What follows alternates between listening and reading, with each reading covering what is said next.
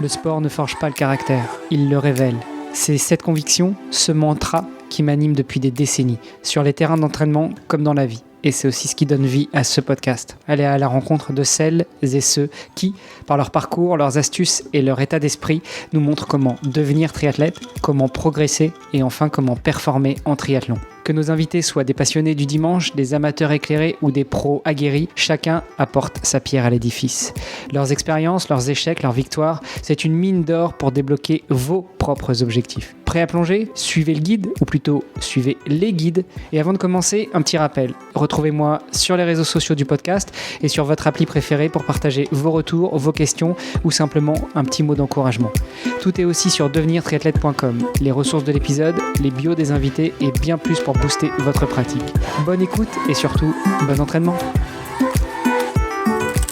Salut les sportifs, c'est Armano et je suis très heureux de vous recevoir sur un nouvel épisode du podcast Devenir triathlète. Bon, vous l'aurez certainement remarqué, normalement au moment où cet épisode sera publié, j'aurais repris un rythme normal, mais le début 2026, le mois de janvier était un petit peu compliqué en termes de régularité de production. Ça s'est ressenti aussi dans les prises de rendez-vous avec mes invités, mais aujourd'hui je suis très content après 2, 3... 4 tentatives peut-être, on arrive enfin à se parler avec Benjamin Proux. Salut Benjamin. Salut. Pour précision, on dit Proux, on dit Proux parce que à l'audio on voit pas trop comment c'est écrit, mais Proux c'est très bien. Ou Ben c'est encore mieux. Ben, écoute, ça marche, comme ça on se met bien dans l'ambiance. Et bah Ben, enchanté, bienvenue sur le podcast Devenir triathlète. Bah écoute, merci de m'avoir reçu. Alors pour être totalement transparent avec les auditeurs, je t'ai trouvé sur LinkedIn notamment, un réseau social professionnel. Je sais même pas si c'est encore nécessaire maintenant en 2026 de le présenter. Toujours est-il que j'ai vu que tu commentais sur le triathlon, j'ai regardé un petit peu ton profil, j'ai vu que tu avais un profil à la fois très pro, et on va revenir là-dessus, mais aussi sportif. Et donc l'idée c'était de comprendre un petit peu avec toi comment est-ce que tu arrives à allier les deux. Mais tout d'abord, eh bien, même si il paraît que ça ne se fait pas, moi j'aime le faire et je vais continuer à le faire sur mon podcast. Je te laisse te présenter, dis-nous tout. Qui est donc Benjamin Proux? Écoute, qui je suis né en 78, l'année de la création d'Hawaï. Voilà, j'habite à Paris, j'ai habité à Paris pendant une quarantaine d'années. Je suis devenu agent général d'assurance pour Swiss Life il y a un peu plus de 25 ans. Donc j'ai travaillé, j'ai uniquement fait que ça dans ma vie. Et donc je suis entrepreneur et à mon compte depuis plus de 25 ans. À Paris, essentiellement. Voilà. J'ai été marié avec deux garçons qui ont aujourd'hui 18 et 15. Et donc aujourd'hui je suis avec une compagne, ma compagne, avec qui nous avons eu deux très belles petites jumelles il y a 3 ans et demi. Donc heureux papa, 2 garçons d'un premier mariage, 2 jumelles d'une seconde union. Ça doit être animé à la maison en plus d'être entrepreneur et sportif. C'est assez sportif, ouais. Ouais, c'est assez sportif, mais c'est plutôt cool. Aujourd'hui c'est génial. La petite cerise sur le gâteau, c'est que j'ai déménagé il y a 4 ans dans le sud avec ma compagne. On a déménagé dans le sud, exactement à Sifour-les-Plages, dans le Var. Voilà, et donc je reste aujourd'hui agent général d'assurance à Paris Montparnasse. Avec un modèle un peu particulier qui n'est pas forcément retranscriptible avec tout le monde, mais voilà, ça demande un petit peu d'organisation et d'anticipation au quotidien. Ouais, j'imagine que ça marche bien, sinon ça ferait pas 4 ans que tu serais dans le sud.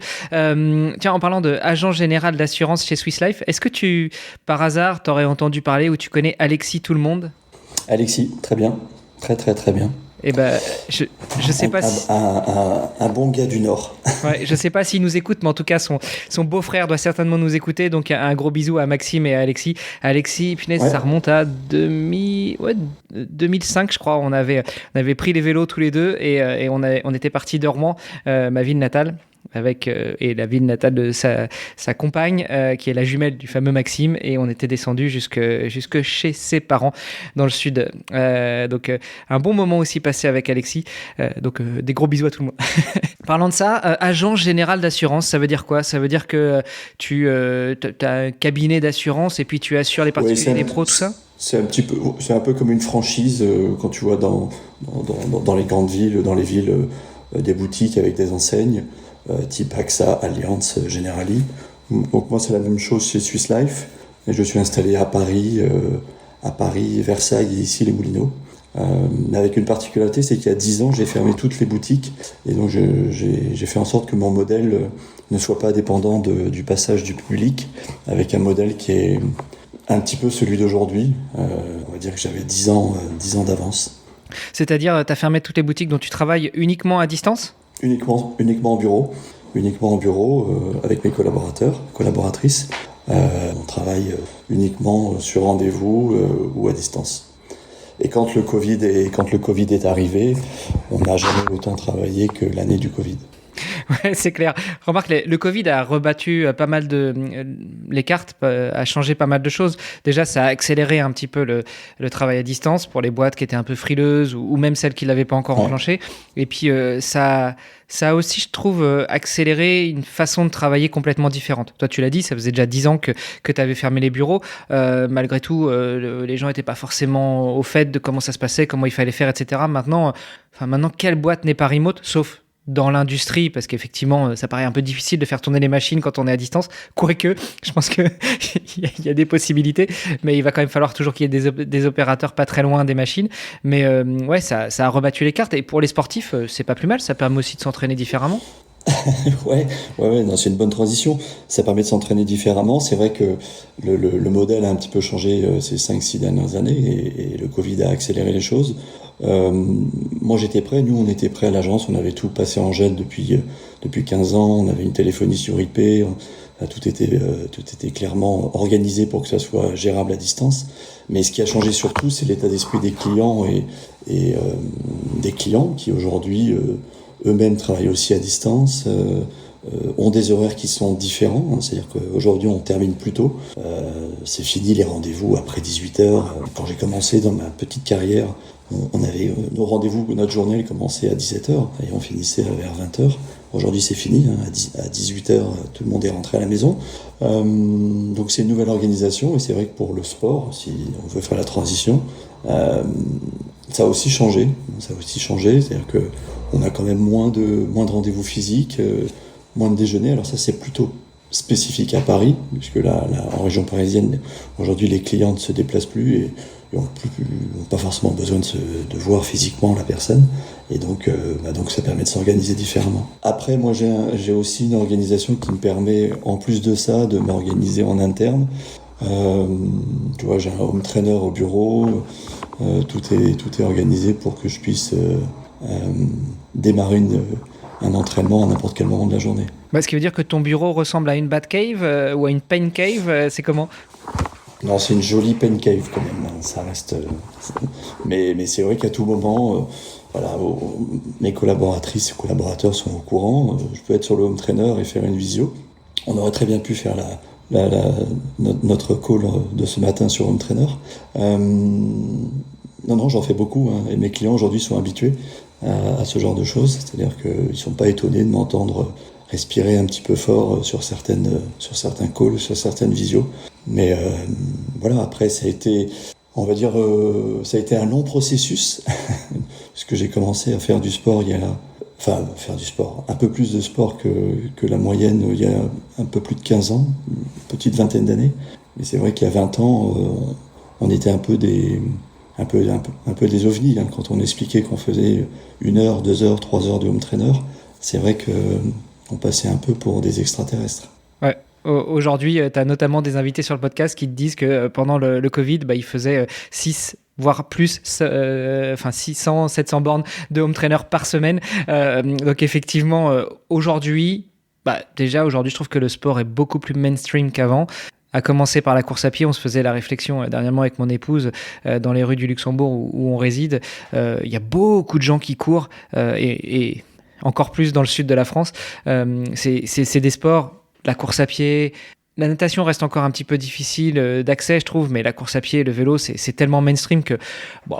Et puis je trouve que ça a changé. Alors, est-ce que c'est l'effet Covid? Est-ce que c'est l'effet remote? Tout ce genre de comportement ou d'a priori a un peu changé aussi. Avant, on était sportif, on en avait beaucoup dans les muscles et pas beaucoup dans la tête. Maintenant, c'est assez admis qu'il y ait un relatif équilibre entre la pratique d'une activité physique et la pratique d'une activité mentale, on va dire. Donc en gros, anima sane in corpore sano, quoi. Si tu fais du sport, t'es intelligent, tout va bien, quoi.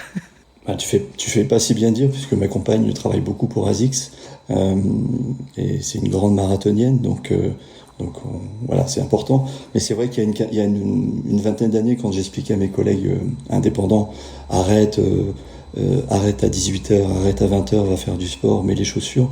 Bon, on paraissait vraiment pour des très très anciens et effectivement avec des neurones en moins. Alors aujourd'hui, ça a été énormément démocratisé et c'est tant mieux. Hein.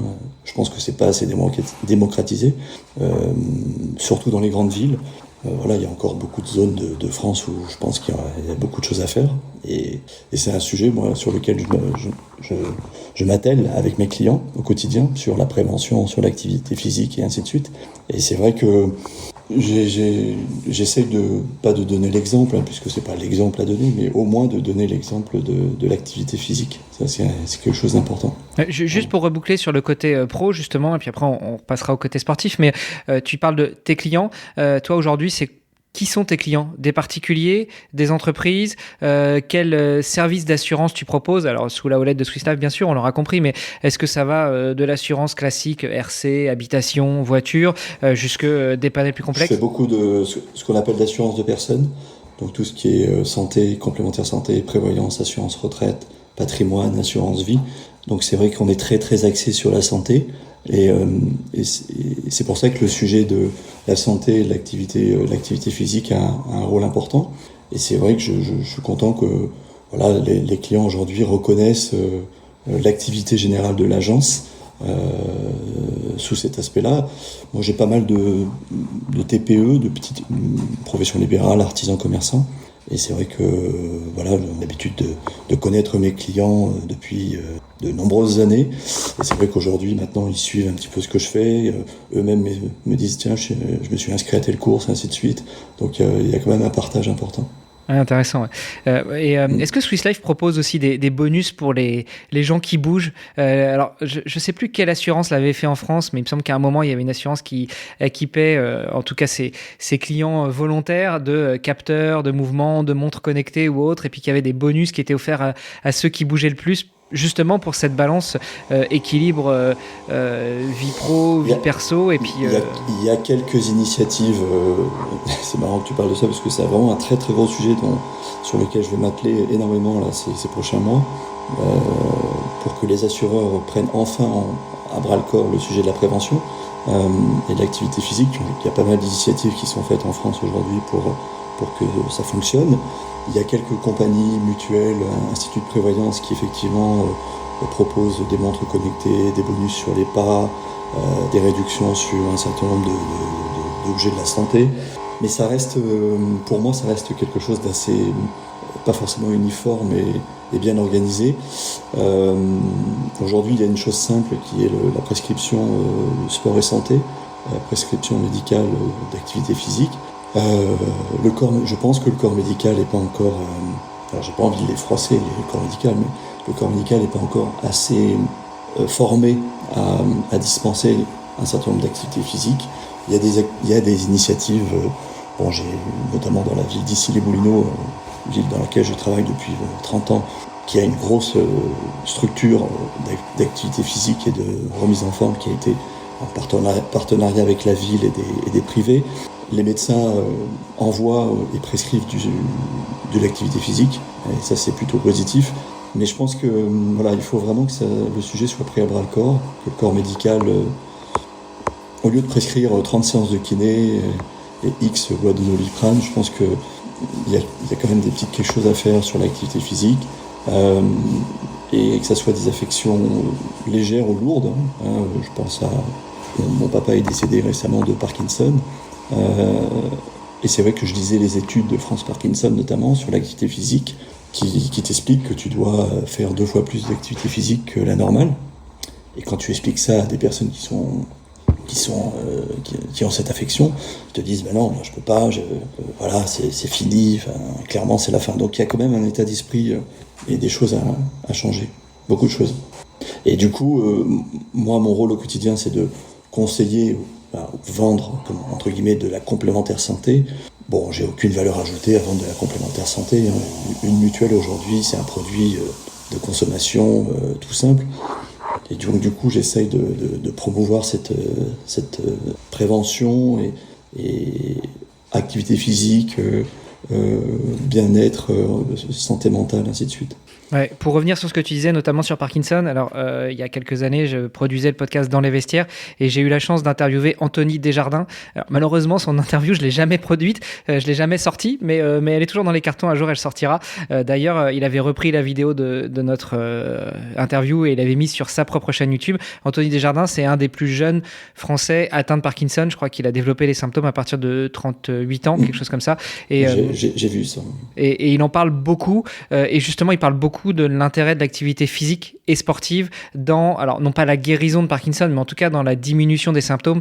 Et je ne peux que valider ce que tu dis sur Parkinson, mais aussi sur d'autres affections, qu'on parle d'affections légères ou qu'on parle d'affections plus lourdes, comme le cancer par exemple. Et pour l'avoir vécu de l'intérieur, parce que ma maman est décédée du cancer aussi, c'est vrai que beaucoup de gens le savent que l'activité physique et sportive peut aider, si ce n'est dans la récupération, mais en tout cas dans la diminution des symptômes.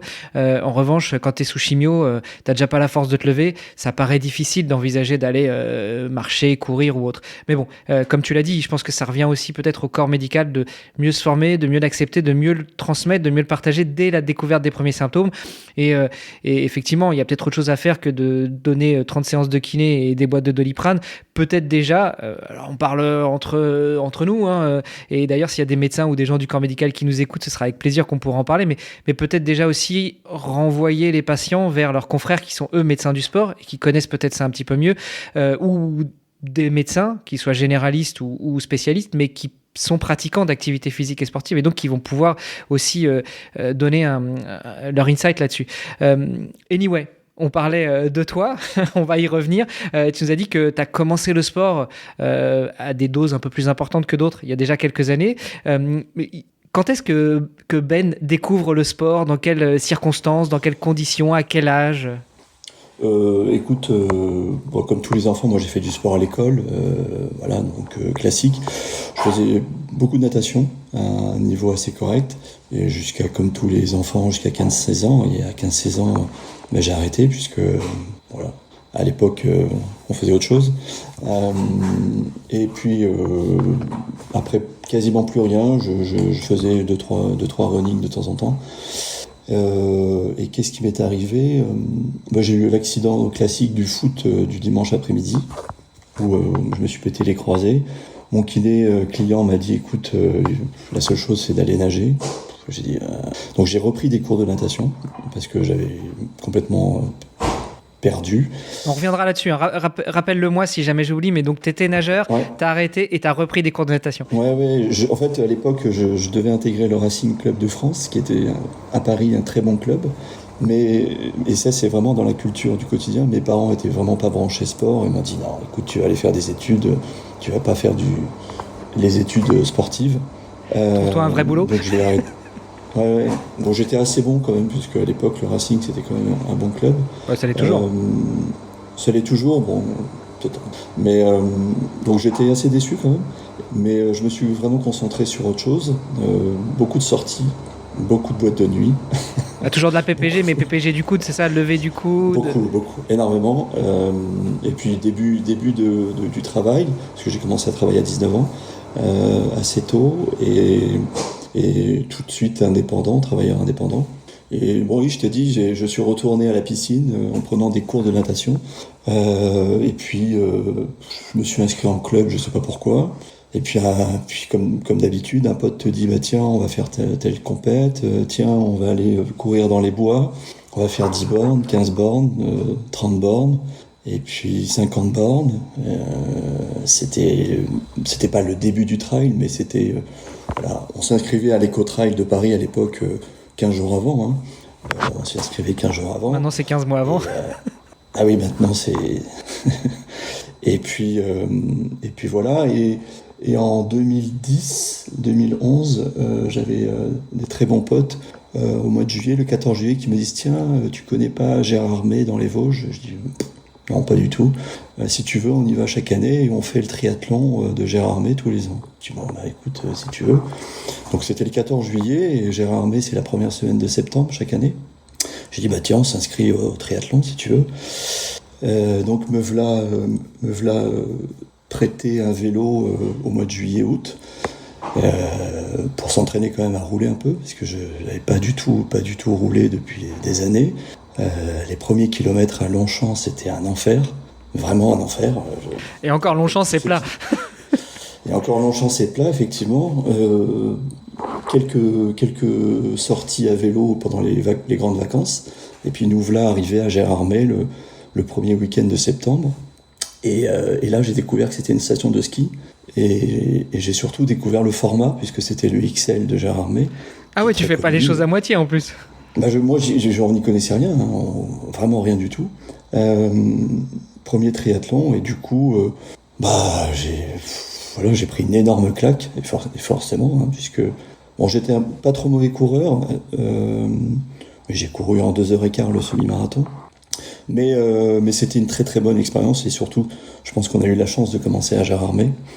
Gérard Armé qui aujourd'hui est, je pense, un des rendez-vous incontournables en France sur le triathlon.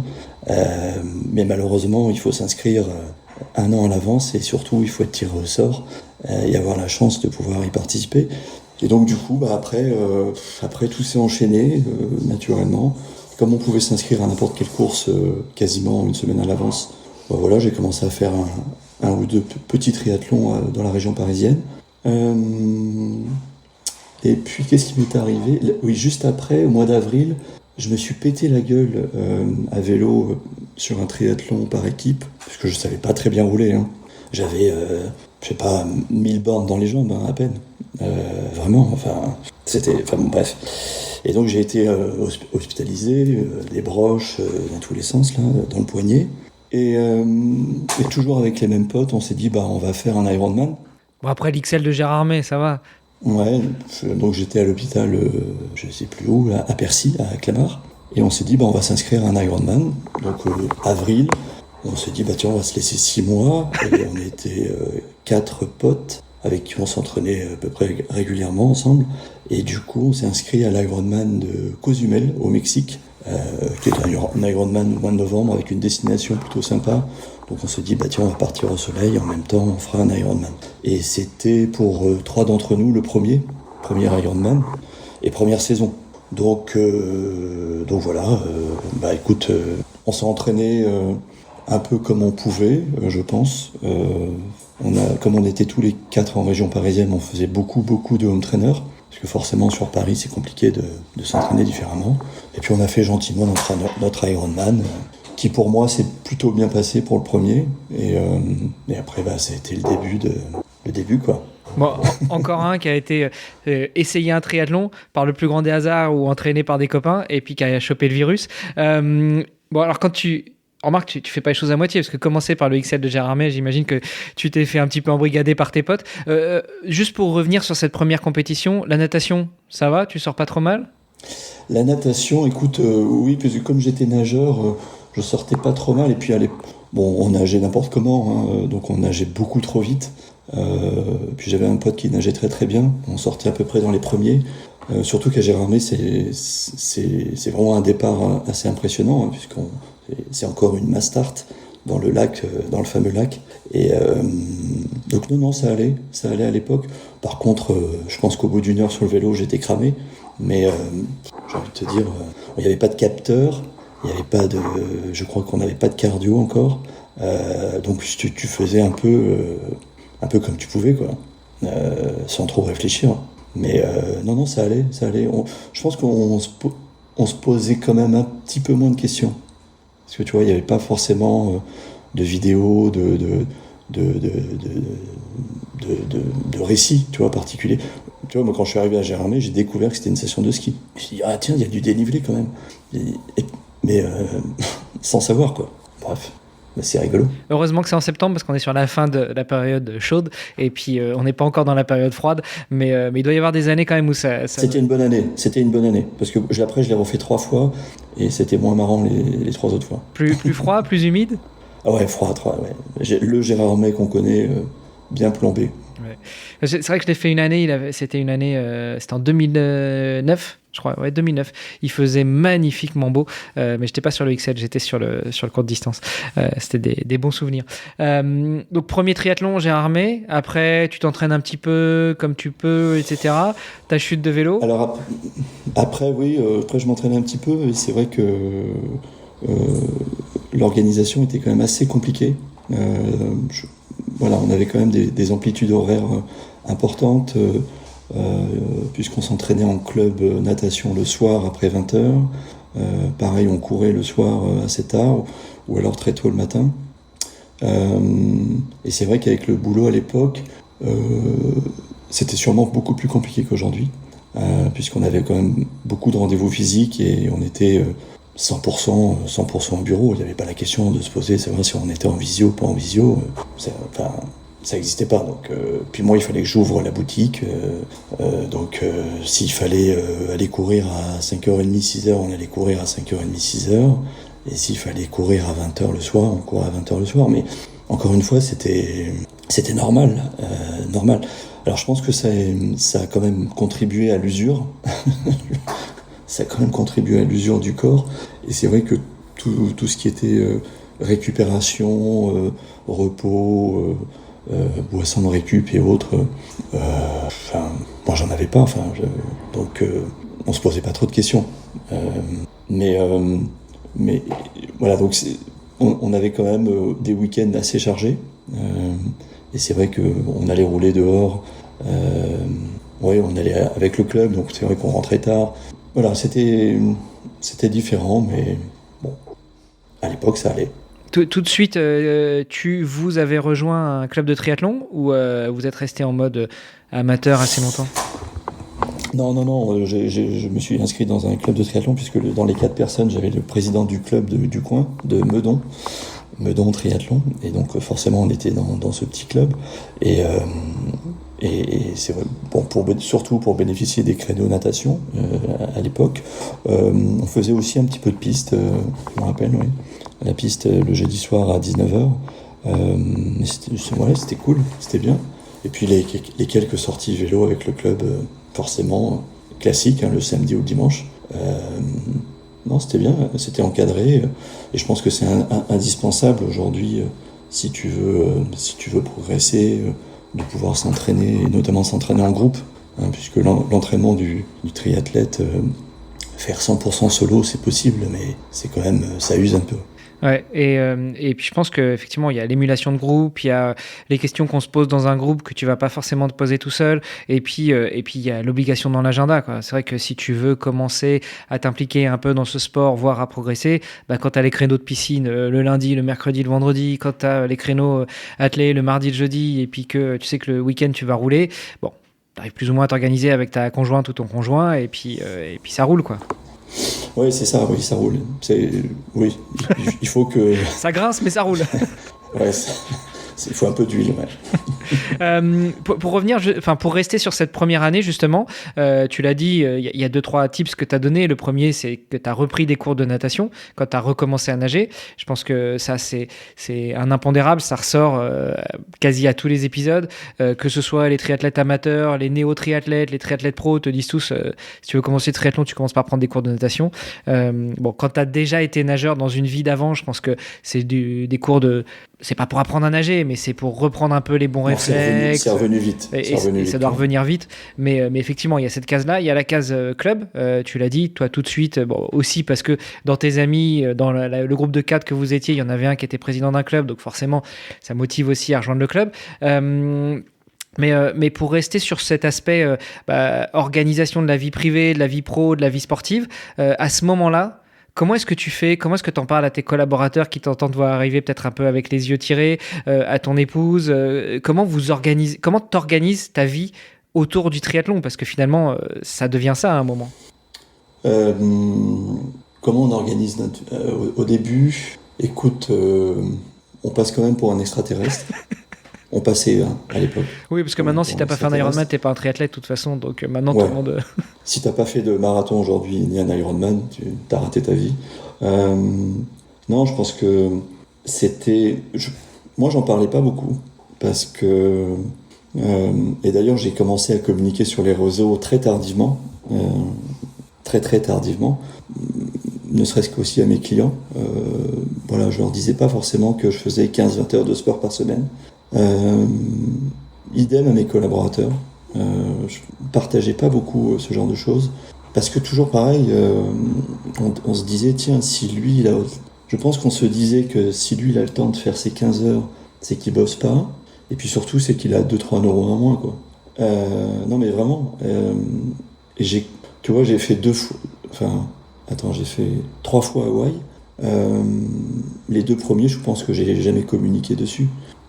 Parce que ça se disait. C'est pas que ça se disait pas, mais il fallait pas forcément, tu vois, dire que t'allais sortir de rendez-vous et courir tout de suite pour aller nager à la piscine. Ou alors décaler un déj parce qu'il fallait que tu fasses autre chose.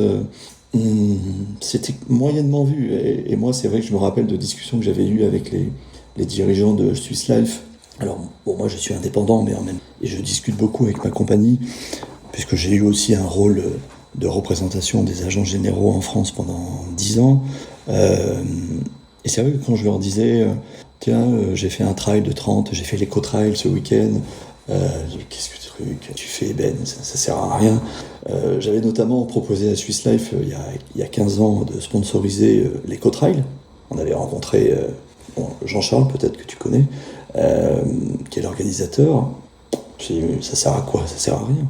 Enfin, tu vois, donc on pouvait dire qu'on faisait un peu de triathlon ou de sport, mais pas forcément autant ni voilà, c'était plutôt négatif, quand même, négatif. Et puis, qu'est-ce qui s'est passé?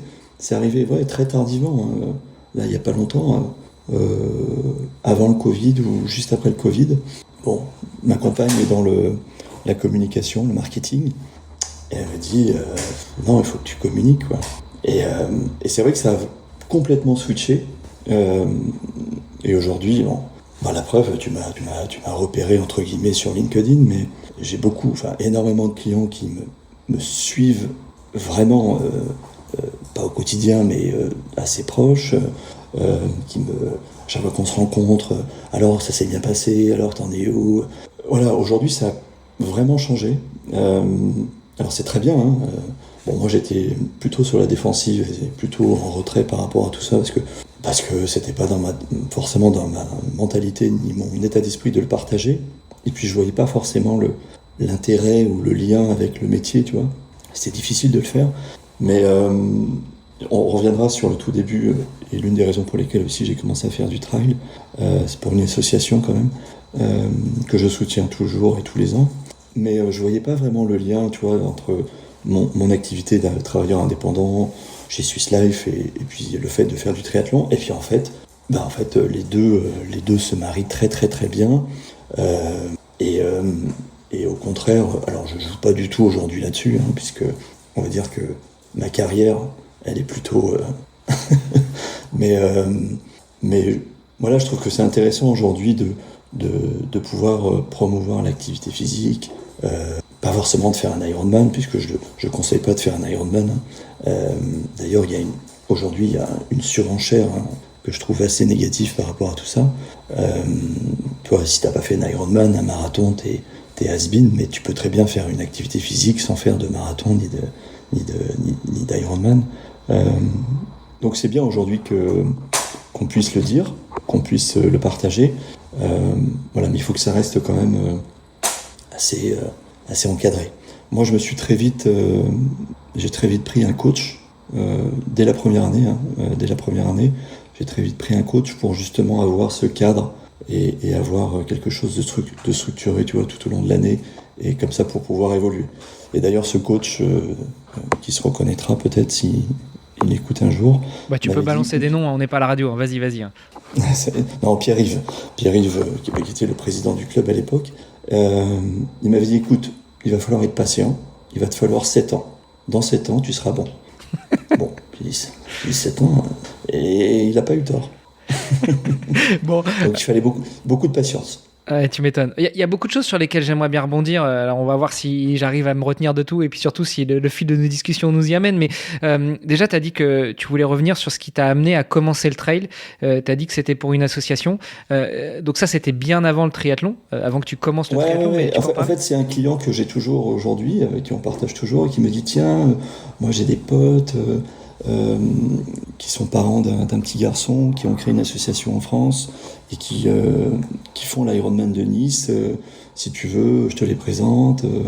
Voilà, parce qu'il avait entendu que je courais un peu, et ainsi de suite. Et effectivement, c'est une association qui est très très peu connue, puisque elle défend et elle collecte des fonds pour la recherche d'un syndrome qui touche les enfants, qui s'appelle le syndrome de Barth. Et c'est vrai que, alors il y en a très très peu en France, hein, cette famille que je salue d'ailleurs, donc avait ce petit Raphaël qui est toujours là, et il faisait chaque année une course pour, voilà, comme on fait aujourd'hui, hein. Aujourd'hui on défend beaucoup de causes, mais je trouvais que cette cause était assez intéressante puisque ça touchait plus ou moins une famille, et pour un syndrome qui n'était pas connu. Donc je me suis dit, bah tiens, lui il aura jamais les moyens de pouvoir courir, puisque ce sont des enfants qui sont physiquement ont un petit peu de mal et pourront jamais faire de courses importantes. Et je me suis dit, si lui il peut rien faire, moi je vais le faire sans trop me plaindre. Et le jour où je serai dans le dur, où je serai sur un trail ou sur autre chose peut-être, bah j'aurais pas forcément les raisons de me plaindre, tu vois. Et c'est vrai que au tout début, pendant de nombreuses années, souvent j'y pensais, tu vois, pendant les courses, je me disais, tiens, pense à Raphaël, lui, voilà, il peut que regarder et être spectateur de tout ça. Et si en plus on peut lui apporter un petit peu de autre chose que son quotidien qui est pas forcément toujours marrant, bah ça peut être cool. Et chaque année, j'avais pour habitude, tu vois, par exemple, mon premier Ironman, pas à Cozumel mais à Nice, l'année suivante, bah, je lui avais, tu vois, donné mon dossard avec la médaille, puis je lui avais offert ça. Enfin, donc voilà, donc il était content, et puis moi chaque année, bah, je suis content de pouvoir porter les couleurs de cette association. Et avec les parents de Raphaël, Philippe et Florence, qui sont des grands fans de triathlon, on s'était dit, bah, on amènera un jour Barth, l'association Barth à Hawaï, parce que Hawaï, c'est Hawaï. C'est quand même la Mecque du triathlon. C'est la Mecque du triathlon, et sur mon premier Hawaï, bah, j'ai réussi à porter jusqu'à la fin, et plutôt pas mal, le drapeau Barth. Et c'est vrai que j'ai une photo d'ailleurs finisher qui est assez marrante, puisque j'ai ma photo finisher avec le drapeau de l'association. Et comme j'avais fini plutôt dans les premiers à l'époque, bon, elle était bien cadrée, il n'y avait personne dessus. et c'était plutôt cool, puisque la semaine suivante, j'avais pu ramener la photo à Raphaël. Et c'était le principal. Excellent. Donc l'association, c'est l'association de Barth, c'est ça ? Barth, B-A-R-T-H. C'est le syndrome de Barth, qui est un syndrome qui est, voilà, comme tous les syndromes assez rares, qui est un petit peu compliqué à soigner. Mais bon, ça évolue, et l'association récolte des fonds chaque année. Bon, cool. Écoute, on remettra ça dans les notes de l'épisode, notamment le site internet ou les liens pour les contacter. Qui sait, ça peut toujours aider non seulement cette association-là, ces parents, ces enfants-là qui sont identifiés, et puis peut-être que ça pourra aider d'autres parents ou d'autres familles qui sont déjà touchés ou qui pourraient l'être. Donc c'est un peu comme ça que tu as commencé le trail. Ça, c'était avant que tu fasses du triathlon, ou c'était après ton premier trail ?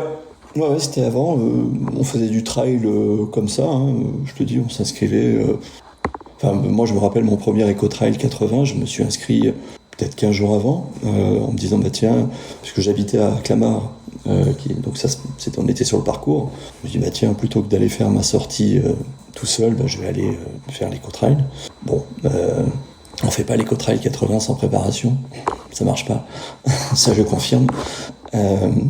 Donc j'ai pris bien évidemment un énorme tir sur mon premier éco-trail, mais c'était marrant quoi. Mais toujours avec l'association Barthes, puisque j'ai encore en tête cette photo de moi d'un cadavre à l'arrivée avec le maillot de l'association. Mais voilà, j'étais content, j'avais fini, je sais plus en combien de temps, mais peu importe l'histoire. Et beaucoup de trail, je courais plutôt pas mal à l'époque. Et du coup, la transition entre le trail et le triathlon, il n'y en avait pas, mais c'était plutôt l'effort long qui était intéressant. Voilà, l'effort plutôt long. Et ce qui est marrant, c'est que ma question à la base de cette discussion-là, c'était comment est-ce que tu t'organises dans le triathlon à ce moment-là. Mais en fait, tu essayes de faire glisser quoi, comme tu peux, et puis après tu commences à progresser, à structurer. Je pense qu'on fait glisser, mais avec beaucoup de fatigue quand même, parce que je me rappelle quand même, on pouvait faire des journées, courir à jeun le matin à 5h30, 6h, enchaîner les rendez-vous, le midi, nager le soir à 20h. Bon, bref, mais sans trop se poser de questions, quoi. Et tu nous as dit tout à l'heure que tu as fait 3 fois Hawaï. Est-ce que c'était après effectivement 7 ans, comme te disait Pierre-Yves, c'est ça, que tu as commencé vraiment à devenir bon et là tu as pu te qualifier et aller sur Hawaï? Parce qu'il m'a dit, comme tu démarres à 0 à vélo, vraiment à vélo j'étais à 0, 0-0. Tu venais juste d'enlever les roulettes, quoi. Voilà. Ouais. et du coup, on s'est un peu...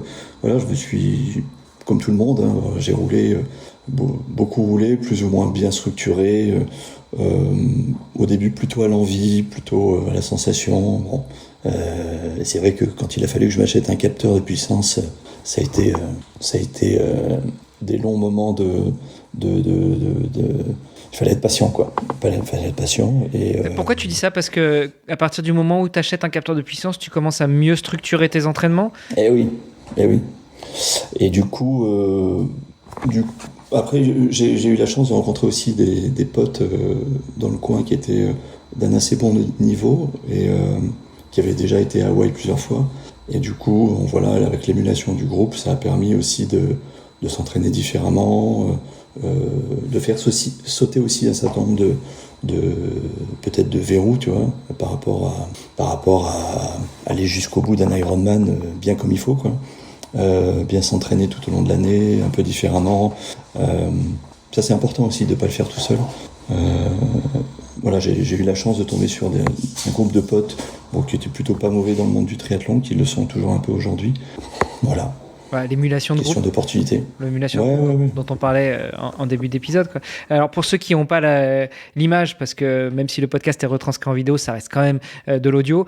Quand tu parlais de verrou, tu faisais un signe en montrant ta tête. Donc oui, tu parlais de verrou mentaux, pas uniquement de verrou physique. Juste pour revenir sur ce point-là, pour que ceux qui nous écoutent et qui comprennent pas forcément. Donc dès que tu as acheté un capteur de puissance, là tu as commencé à mieux structurer, c'est-à-dire que tu avais les recommandations de ton coach qui te disait de rester dans telle ou telle zone de puissance et après, de rester, voire de monter, de pousser, d'aller au-delà de telle ou telle zone. Et c'est pour ça que tu dis qu'il a fallu être patient. Patient parce qu'il fallait rester en bas, patient parce qu'il fallait pouvoir monter en haut et y rester. Enfin, dans quel sens il fallait être patient? Eh oui. Il a fallu apprendre une chose qui est très, très, très basique aujourd'hui, c'est que pour aller vite, il faut savoir aller lentement. Un petit coucou à Denis Boucher. Et donc moi, j'étais pas vraiment reconnu pour être quelqu'un de très sérieux dans les séances. Parce que moi, j'ai toujours fait beaucoup à l'envie et beaucoup... un peu comme j'avais envie. Ça me réussissait plutôt pas mal, donc j'étais content. Mais il a fallu apprendre à être raisonnable. Et c'est vrai que j'avais des bons potes qui étaient quand même d'un très bon niveau. Et savoir respecter sa zone 1, sa zone 2. Mais par contre, savoir se mettre dedans quand il faut vraiment se mettre dedans, quoi. Et donc on a fait quand même sauter pas mal de verrous grâce à ça. Et par contre, faire des séances aussi très très sales, puisque Après, j'ai changé de coach puisqu'il fallait que je le fasse et que je passe à autre chose. Et j'avais, à l'époque, on était beaucoup sur le home trainer avec Jonathan Trioen, qui malheureusement est décédé. Et on était un groupe de potes où on se faisait des meetings sur home trainer, mais à l'époque, il n'y avait pas de... Comment ça s'appelle là, il n'y avait pas Zwift ou autre? Zwift, pardon, excuse-moi. Tu vois, j'ai pas Zwift. Je sais pas aujourd'hui pédale avec Zwift, j'y arrive pas. Et c'est vrai on était capable de se mettre en rangée, tu vois, et puis de se mettre une très très grosse misère. C'était vraiment très très sale. On appelait ça les séances de germanisation. Je souhaite à personne de passer par là, mais ça fait passer une grosse étape, et surtout au niveau mental, puisque on arrivait à passer à plusieurs. Moi, il m'est arrivé une fois de m'évanouir, tu vois, sur l'home trainer, donc c'est qu'on est passé loin, quoi. Ouais, bon, heureusement c'était sur l'home trainer, donc si tu tombes pas trop, mais par contre, et puis t'es pas vraiment en mouvement, parce que l'home trainer est fixe, mais c'est vrai que vous avez dû vous faire du mal là-dessus. Ouais. Mais tout ça en structure, mais en fait en structurant vraiment l'organigramme, pas l'organigramme, le planning, d'une manière à ce que ça soit quand même pas forcément complètement traumatisant, et puis que ça puisse surtout s'insérer dans le quotidien, quoi. Parce qu'on avait tous quand même pareil un quotidien où il faut bosser, et donc les meetings c'était généralement le samedi ou le dimanche, ou le mercredi après-midi pour ceux qui pouvaient se dégager le mercredi après-midi. Mais par contre, on se la collait, quoi. Ouais, ça devait être sympa quand même de temps en temps. Du coup, ça c'était après ton premier Hawaï? Ouais, ça a commencé un peu avant, et après effectivement, après le premier Hawaï. Non, c'était plutôt avant le premier Hawaï, ouais. Après, on a eu 2019 et 2020 où là tout le monde a dit que le home trainer c'était la vie. Là, tout le monde s'est acheté un home trainer. Je crois que tous les vélocistes ont été dévalisés à ce moment-là. Oui. Enfin, après, moi, je continue quand même à m'entraîner aujourd'hui, d'une manière assez raisonnable, mais c'est plus mesuré, quand même. Ce premier Hawaï, tu y vas comment? Tu te qualifies où? Parce que quand on va à Hawaï, on est quand même pas trop mauvais. Non, on n'est pas trop mauvais. Je me qualifie à Cozumel aussi, l'Ironman de Cozumel, que j'ai refait 2 fois entre-temps. Écoute, je me qualifiais à l'ancienne, puisque c'était avec un système de slot. C'était la dernière année où on était sur le système à l'ancienne. C'était assez dur, hein, parce que faire un Ironman pour soi, c'est bien, mais quand tu cours pour la place, c'est différent. Donc je savais qu'il fallait que je sois 2e ou 3e. Donc sur le marathon, quand tu es 2e ou 3e, faut serrer les dents. Faut penser à Bart, faut penser à Raphaël. Ouais, vraiment. Mais alors, tu fais bien de le dire, j'ai encore en tête le dernier U-turn au 35e en disant là maintenant il faut tout débrancher et tout décrocher. Bon, on a tous pensé à ça.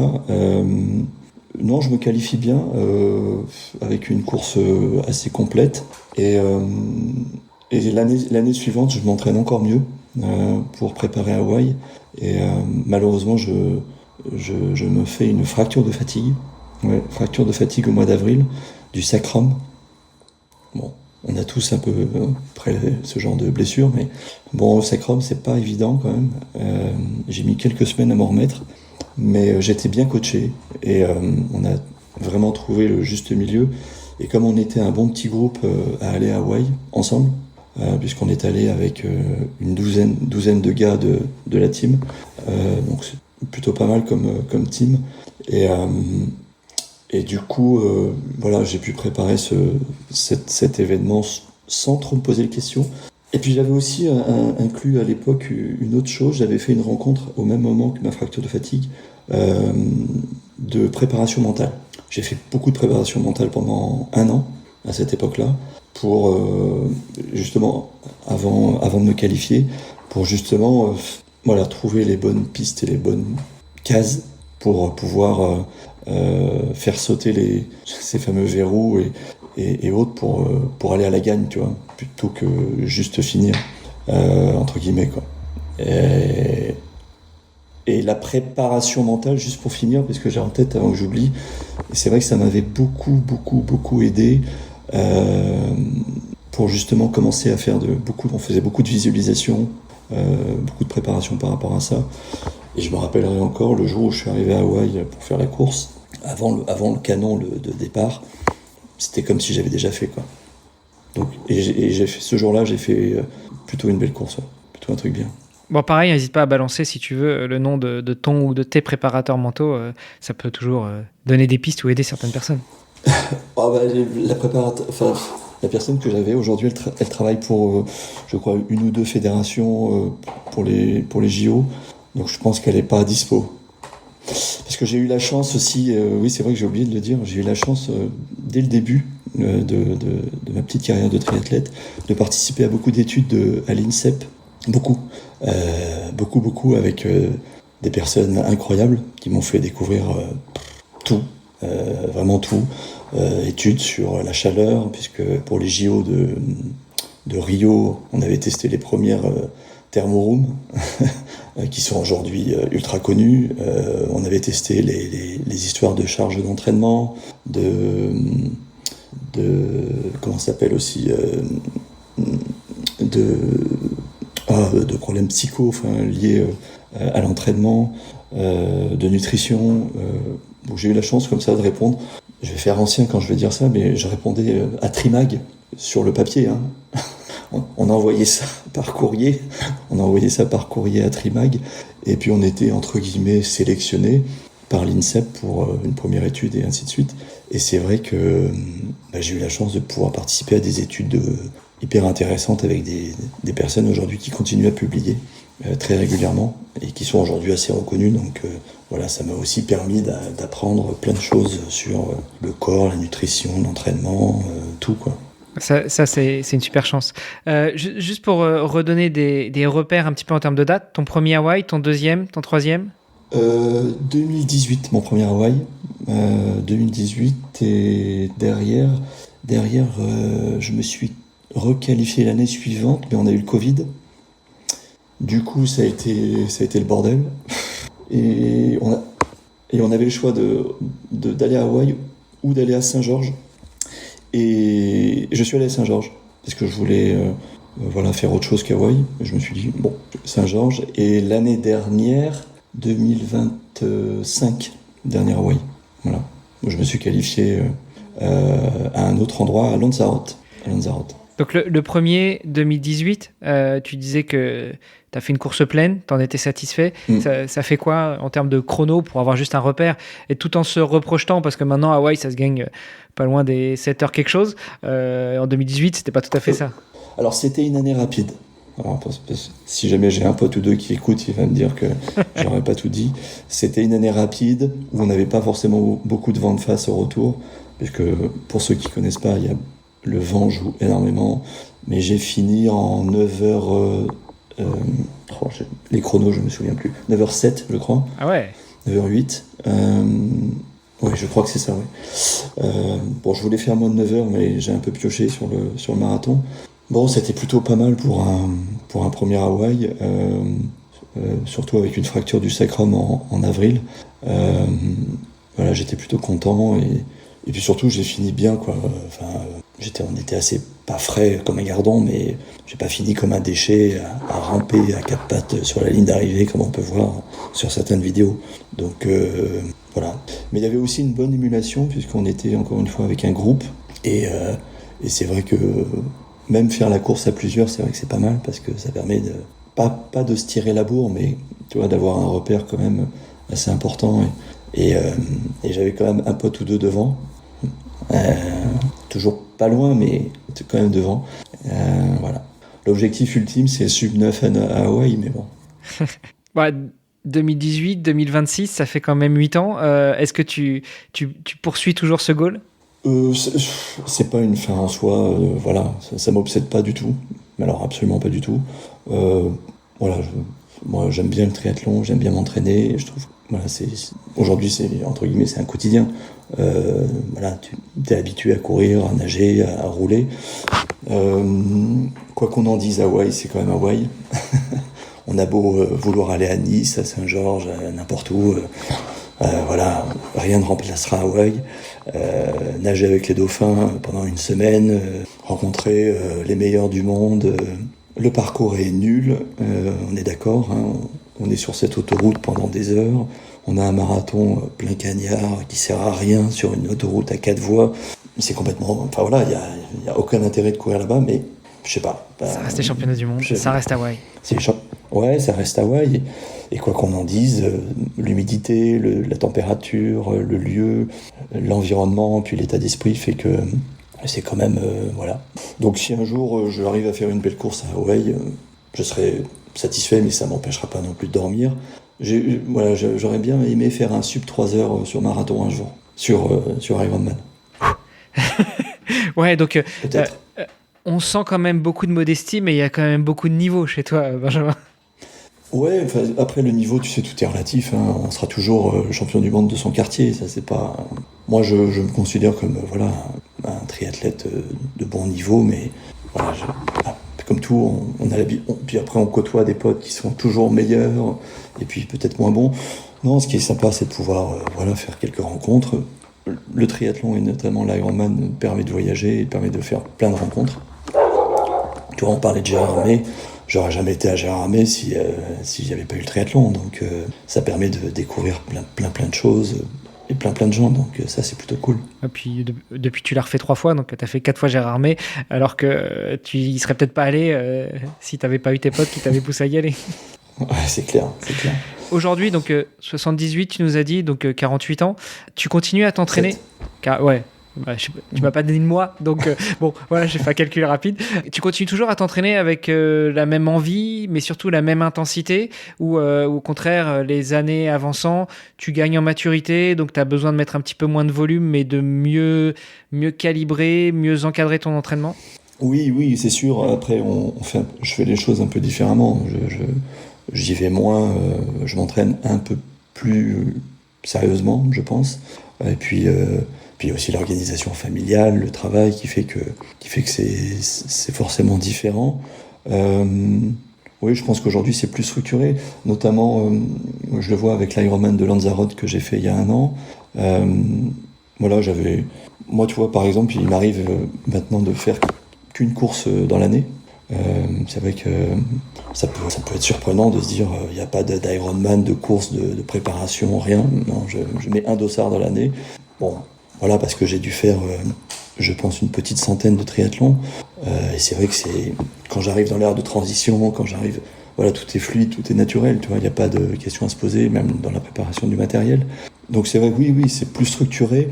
Maintenant, si demain tu me dis, tiens, on va rouler, j'essaye de pas trop me prendre la tête sur la séance, tu vois. Si j'avais une demi-heure à faire à 230 watts et que c'est 250, ça sera 250. Mais bon, voilà. Après, non, je suis...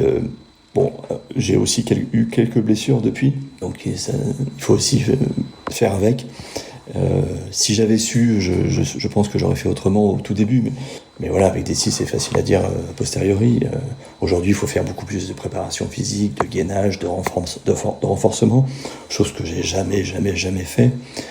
Donc c'est vrai que c'est compliqué, mais il faut l'admettre. Voilà, maintenant je sais que pour être bon et pour arriver, comme je dis, on va pas à la guerre avec un cure-dent, comme me disait mon précédent coach Jonathan. Bon voilà, pour aller sur un Ironman, si tu fais pas ta prépa comme il faut les quelques dernières semaines, moi j'ai pas besoin de faire 1 an d'entraînement puisque c'est le quotidien, tu vois. Donc je sais qu'il faut se la coller pendant quelques week-ends, quelques semaines, où là ça va être chiant, ça va être sale, voilà. Mais si tu fais ça, après, il n'y a pas de question à se poser, le jour J, ça doit découler, quoi. Donc oui, plus structuré pour répondre à cette question, c'est plus structuré, plus organisé et plus focus sur les quelques semaines clés qui vont compter. Voilà. En termes d'objectifs, tu l'as dit, tu te fixes grosso modo un objectif. Alors moi, je pense que tu t'en fixes 2, c'est-à-dire un Ironman avec une qualif et après un championnat du monde. Mais là, c'est ton prochain objectif. Aujourd'hui, on est en 2026, ça va être quoi? Mon prochain objectif, c'est il faut que j'arrive à me réentraîner comme il faut, parce que là, je sors d'une opération de la pubalgie, une fracture du fémur. Bon, ça m'a un peu cassé le rythme. Non, mon objectif, c'est de refaire un Ironman avec une qualif, et puis de faire un dernier Hawaï, et puis voilà, après... Et puis si je le fais, tant mieux, si je le fais pas, tant pis. Tu vois, il y aura peut-être, j'en sais rien, j'ai jamais fait Embrun. Bon, alors que... C'est la deuxième mec du triathlon quand même. Tout bon triathlète qui se respecte doit faire Embrun. En plus, maintenant, j'habite plus à la montagne qu'à Paris, donc je devrais faire Embrun, théoriquement. Tu vois, je l'ai fait 2 fois Embrun en off le jour J, c'est-à-dire le 15 août, sans faire la natation, mais en faisant le vélo et le run. C'est très très dur. Et donc je sais pas. Moi j'aime bien m'entraîner et on verra ce que ça va donner. Mais bon, après j'ai aussi plein de potes et plein de connaissances qui font encore du triathlon à 55, 60, 65, 70 ans. Donc j'ai envie de te dire, il reste de belles années, quoi. Bon, il te reste quelques années encore. T'es encore tout jeune. Sans trop se prendre la tête. Alors c'est vrai que voilà, avant on se disait ouais, je vieillis, donc du coup je vais avoir plus de chances de me qualifier, ainsi de suite, mais entre guillemets tout le monde vieillit aujourd'hui. et j'ai l'impression que tout le monde vieillit plutôt pas mal, puisque dans le monde et en Europe les personnes s'entraînent, hein. Je le vois sur mon dernier Ironman où j'ai plutôt bien couru à Lanzarote. Bon, j'étais à la course sur le marathon, voilà, j'avais un objectif de 3h, 3h10. Je pose 3e le vélo, je finis 3e à pied, et je me dis je vais jamais les rattraper, c'est pas possible, tu vois. Et devant ça court, et derrière ça court encore, donc bon, c'est tant mieux, le niveau il s'élève d'une manière générale en France, en Europe, c'est cool. Voilà, il faut se maintenir en forme, bon, avec un corps qui est plus ou moins cassé, mais voilà, on fait avec, quoi. Est-ce que tu sens une différence en termes de récupération? C'est-à-dire, même sans te mettre forcément les mêmes charges qu'il y a 10-15 ans, est-ce que tu sens que tu as plus de mal à récupérer, que le lendemain, quand tu reprends l'entraînement, tu es un petit peu plus vaseux, tu vois? Oui, c'est clair, c'est sûr. Aujourd'hui, oui, c'est ça, tu récupères pas forcément de la même manière. Mais je pense que tu fais la séance différemment. Voilà, si j'ai, entre guillemets, si je dois faire un 8 x 1000, ce qui m'est arrivé très rarement ces derniers temps, bon, bah, je vais le faire en essayant de se dire demain, il y a autre chose à faire, tu vois. Et sans trop se casser, et puis aussi tu te connais un petit peu et tu sais que t'as pas besoin de courir en 3,10 parce que ça servira à rien, puisque sur le marathon d'Ironman, si t'arrives à courir à 4,30, c'est déjà pas mal, et à finir en 5,30, donc c'est pas le 1000 en 3,10 qui va te faire changer la vie, quoi. Voilà, après j'aime bien courir, j'adore courir, donc c'est assez frustrant de pas pouvoir faire comme je veux. Puis j'ai la chance d'avoir en plus une compagne qui est très forte et spécialiste du marathon, et donc voilà, j'essaye. Ça met la pression. J'essaye de garder le niveau. Ouais, ça met la pression, mais en même temps, vous avez 2 jumelles, donc vous n'allez pas vous entraîner en même temps. Non, mais bon, c'est plutôt... C'est quand même sympa de partager de temps en temps, quoi. C'est clair. À cause d'elle, ou grâce à elle, j'ai fait mon premier marathon sec, puisque j'avais fait une quinzaine d'Ironman, mais j'avais jamais fait de marathon sec. Et c'est vrai que ça m'a plutôt plu. Alors après, avec quelques pépins de santé physique, mais c'est sympa aussi de faire autre chose, quoi. Même si c'est dur, le marathon, hein. C'est dur. Ouais, le marathon sec, c'est autre chose que le marathon d'Ironman. Le marathon d'Ironman est dur, dur. Mais sec, c'est encore pire, je trouve. Non, c'est très dur. C'est trop difficile. La préparation est très difficile. Écoute, on arrive sur la fin de l'épisode, parce qu'en plus, après, je crois que tu dois aller nager. Mais le podcast s'appelant Devenir triathlète, ma question signature tourne autour de ce nom. C'est-à-dire, selon toi, Ben, comment devenir triathlète ? En étant patient. 7 ans sans trop se prendre la tête, vraiment. Sans trop regarder aussi tout ce qui peut se faire aujourd'hui, parce que aujourd'hui tu deviens complètement maboule, là, si tu regardes tous les podcasts, tous les conseils, il faut manger, il faut pas manger, il faut dormir, il faut pas dormir, voilà, je pense qu'il faut écouter son corps, ça c'est quand même important, puisque triathlète, quel que soit le niveau, ça demande un petit peu de discipline. On n'a pas forcément parlé de la discipline de l'entraînement, mais ça demande quand même un peu de discipline au quotidien. Voilà, il faut le faire à l'envie, mais un peu structuré quand même. Voilà, il faut être patient, parce que je pense que aujourd'hui, c'est ce qu'on disait tout à l'heure. Voilà, tout le monde a envie de faire un Ironman, tout le monde a envie d'être finisher, ok. Mais voilà, il faut pas forcément griller les étapes. Il y a plein de choses à découvrir sur soi-même, sur le corps, sur l'entraînement, sur les possibilités de s'entraîner. Il faut pouvoir le rentrer au quotidien aussi dans l'agenda, dans la vie de famille. Donc ça demande quand même beaucoup de comment dirais-je, de discussion ou de temps.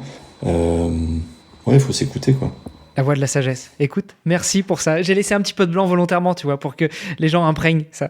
Et puis, dernière question, où est-ce qu'on te suit, qu'on t'encourage? Alors, on a parlé de LinkedIn tout à l'heure, mais est-ce que tu as d'autres réseaux sociaux où les gens peuvent venir et continuer la discussion, échanger avec toi, avoir des infos sur l'association Barthes? Enfin, où est-ce qu'on trouve tout ça? Pour ceux qui sont sur le réseau LinkedIn, tout simplement sur Benjamin Proulx. Puis après le reste facilement, enfin il n'y a rien qui se cache, ou sur Insta ou même sur Facebook, puisque on a tous démarré avec Facebook. C'est clair, enfin en tout cas notre génération. Ben, merci beaucoup pour ce partage, pour ce temps que tu nous as accordé. On te souhaite donc bonne fin de rétablissement, parce qu'on a compris que tu sors de blessure. Remets-toi bien, bonne bourre pour la suite, et puis peut-être qu'on débriefera ton dernier ou peut-être pas avant-dernier Hawaï. Ouais, avec plaisir. Je te remercie. Merci. C'était Devenir triathlète. Merci d'avoir écouté cet épisode jusqu'au bout. Alors si ça vous a plu, vous pouvez nous suivre sur nos réseaux sociaux, Instagram, LinkedIn et Facebook. On se rejoint maintenant sur devenirtriathlète.com. Vous allez retrouver l'ensemble des épisodes, mais aussi des outils, des ressources et des conseils gratuits pour débuter, progresser ou performer en triathlon. Si vous avez une idée d'invité, n'hésitez pas à nous envoyer un petit message. Alors, n'hésitez pas, on se retrouve tout de suite sur devenirtriathlète.com. Salut les sportifs!